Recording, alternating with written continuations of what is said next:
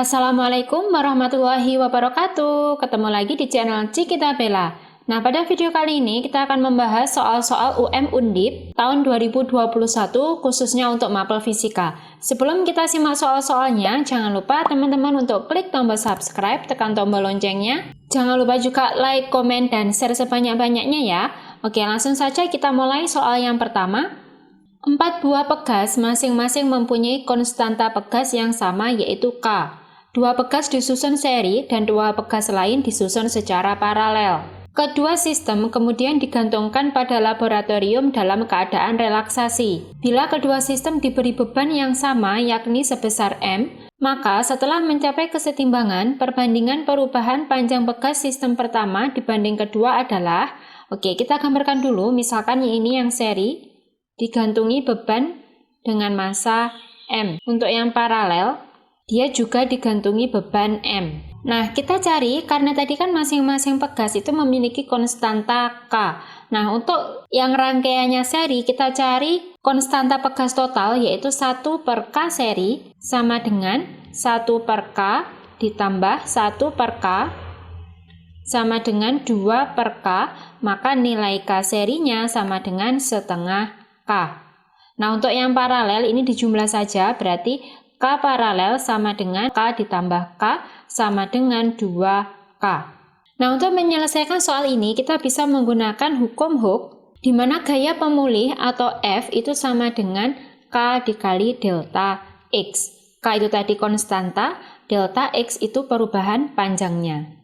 Karena kita diminta untuk mencari perbandingan perubahan panjang, berarti ini kita jadikan delta X sama dengan F per K. Nah, jadi perbandingannya delta X untuk yang seri atau delta XS per delta XP yang paralel sama dengan F per KS per F per KP. F-nya kita coret, berarti ini jadinya sama dengan, kita balik ya, KP per KS. Kita masukkan nilainya, KP-nya tadi 2K per KS-nya setengah K. Kita coret K-nya, berarti perbandingan antara delta XS dibanding delta XP sama dengan 2 dibagi setengah, yaitu 4 per 1, atau nilai perbandingannya 4 dibanding 1. Jadi jawabannya benar adalah yang A. Kita lanjut soal nomor 2. Bisa teman-teman pause dulu videonya, teman-teman kerjakan sebelum menyimak pembahasannya. 2 partikel masing-masing masanya, kita tuliskan dulu yang diketahui, M1 sama dengan 2 kalinya M2, dan energi kinetiknya EK1 sama dengan setengah EK2. Anggaplah kasus tersebut non-relativistik. Berapakah perbandingan panjang gelombang partikel 1 terhadap partikel 2? Jadi yang ditanyakan lambda 1 dibanding lambda 2. Nah, untuk menyelesaikan soal ini, kita bisa menggunakan persamaan dari panjang gelombang de Broglie, di mana lambda itu sama dengan H per P. H itu adalah konstanta Planck, P itu adalah momentum, di mana momentumnya ini bisa kita uraikan, jadinya H per M dikali V. Nah, V kecepatan ini kita dapatkan dari energi kinetiknya tadi, di mana energi kinetik EK itu sama dengan setengah mv kuadrat. Berarti kalau kita mau mencari V-nya, V sama dengan akar 2EK per M. Nah, V-nya ini kita masukkan ke sini. Lambda sama dengan H per M dikali akar 2EK per M. Nah, M-nya ini kita masukkan ke dalam akar, jadinya kan M kuadrat. M kuadrat dibagi M yang bawah ini, berarti tinggal M. Jadinya lambda sama dengan H per akar 2M dikali EK. Nah, selanjutnya kita bandingkan lambda 1 dibanding dengan lambda 2 sama dengan H itu kan konstanta, berarti dia kan tetap. Nah, nanti lambda itu hanya bergantung sama M dan juga EK, di mana lambda sama akar ini itu kan berbanding terbalik, berarti nanti kita balik. Yang atas ini nanti miliknya lambda 2, yang bawah miliknya lambda 1. Berarti kalau kita tuliskan 2 dikali M2 dikali EK2 per akar 2 dikali M1 dikali EK1. Nah, kita masukkan nilainya sama dengan akar 2 dikali M2-nya tetap M2, EK2-nya juga tetap EK2 per akar 2 dikali M1-nya itu 2M2 dikali EK1-nya itu setengah EK2.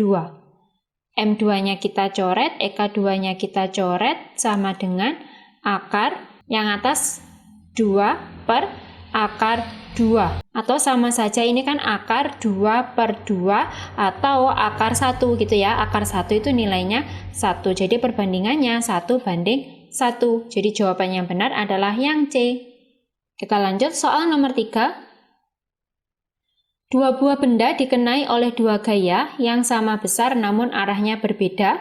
Agar resultan gaya yang dialami oleh kedua benda besarnya sama dengan salah satu gaya yang bekerja, maka sudut yang dibentuk oleh kedua gaya adalah, kita gambarkan misalkan gaya yang pertama itu arahnya kanan yaitu F1, terus ada gaya yang kedua, misalkan arahnya seperti ini yaitu F2. Dua gaya memiliki besar yang sama, misalkan nih F1-nya itu nilainya F, F2-nya juga nilainya F. Nah, dia menghasilkan resultan, misalkan ini adalah resultannya atau R. Nilainya resultan itu sama dengan salah satu gaya yang bekerja. Misalkan nih, karena dua gayanya sama ya berarti sama ya, nilai R-nya itu adalah F. Nah, selanjutnya kita bisa menggunakan persamaan dari resultan dua gaya. R itu sama dengan akar F1 kuadrat ditambah F2 kuadrat ditambah 2 dikali F1 dikali F2 cos alfa. Nah, supaya akarnya hilang kita kuadratkan, berarti R kuadrat sama dengan F1 kuadrat ditambah F2 kuadrat ditambah 2 kali F1 kali F2 kali cos alfa. Nah, sekarang kita masukkan nilainya R tadi yaitu F, berarti ini jadinya F kuadrat sama dengan V1-nya juga F, berarti jadi F kuadrat ditambah F2-nya juga F, berarti F kuadrat ditambah 2 kali F cos alfa. Nah, F kuadratnya ini bisa kita coret. F kuadrat yang ini pindah ruas ke kiri, jadinya min F kuadrat sama dengan ini F kali F kan F kuadrat, berarti 2 F kuadrat cos alfa. F kuadratnya kita coret lagi, berarti min 1 sama dengan 2 cos alfa. Cos alfa sama dengan min setengah. Nah, sudut berapa yang hasil nilainya min setengah?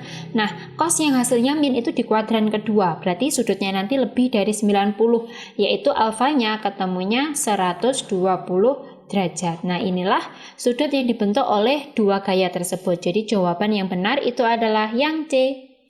Kita lanjut soal nomor 4.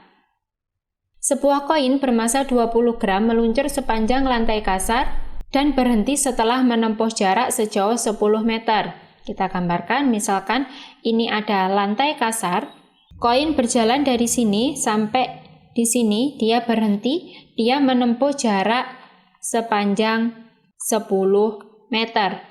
Bila selama gerak koefisien geseknya 0,08, maka kelajuan koin mula-mula adalah, kita gambarkan gaya-gayanya. Koinnya tadi kan memiliki massa, berarti di sini ada gaya berat W, terus dia ada, karena lantainya kasar, berarti ada gaya gesek yaitu Fg.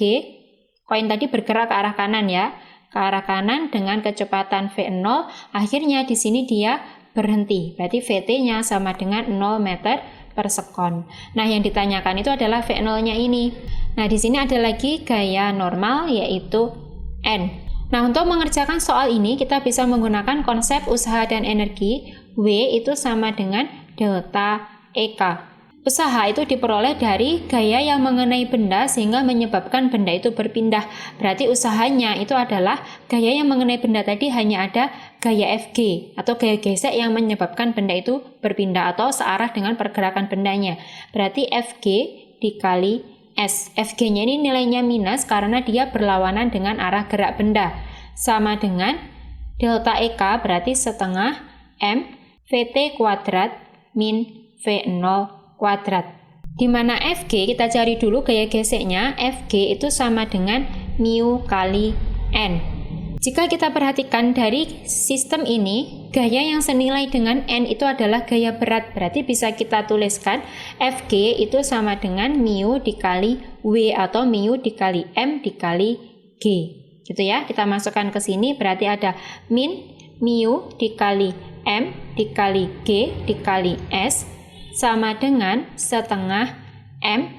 VT-nya kan 0 dikuadratkan ya tetap 0 gitu ya. 0 dikurangi sesuatu itu kan berarti hasilnya minus. Berarti minusnya saya taruh depan, berarti minus setengah M V0 kuadrat. Karena sama-sama ada minusnya, kita coret minusnya, M-nya juga kita coret, berarti tinggal mu GS sama dengan setengah V0 kuadrat. Kita masukkan nilainya, mu-nya atau koefisien gesek-nya yaitu 0,08, G-nya 10, S-nya juga 10, sama dengan setengah dikali V0 kuadrat. Yang sisi kiri itu hasilnya 8, berarti 8 sama dengan setengah V0 kuadrat atau V0 kuadrat itu sama dengan 8 dibagi setengah yaitu 16, berarti nilai V0-nya sama dengan akar dari 16 sama dengan 4 meter per sekon. Nah, itulah kecepatan mula-mula koin. Berarti jawaban yang benar adalah yang C. Kita lanjut soal nomor 5. Sebuah gas pada suhu tetap mengalami ekspansi dari volume 10 cm3 menjadi 20 cm3. Berarti kalau kita tuliskan yang diketahui, V1-nya sama dengan 10 cm3, V2-nya sama dengan 20 cm3. Bila tekanan awal berarti P1 sama dengan setengah atm, maka tekanan akhir gas sama dengan berarti P2-nya sama dengan berapa, gitu ya.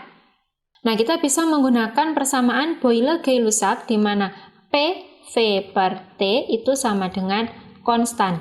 Nah, karena tadi nilai T-nya tetap, berarti P kali V ini juga konstan. Atau bisa kita tuliskan P1 kali V1 sama dengan P2 kali V2. Kita masukkan nilainya, P1-nya tadi setengah dikali V1-nya, tetap pakai cm3 aja nggak apa-apa karena satuannya sudah setara.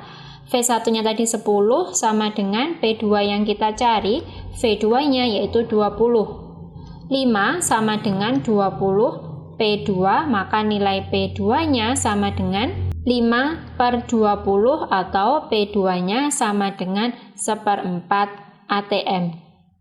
Nah, inilah tekanan akhirnya, berarti jawaban yang benar adalah yang A. Nah, demikianlah pembahasan soal-soal UM Undip tahun 2021, khususnya untuk mapel fisika. Nah, video kali ini adalah video part 1-nya. Untuk soal-soal lainnya nanti akan dilanjutkan di video berikutnya. Semoga video ini bermanfaat. Wassalamualaikum warahmatullahi wabarakatuh.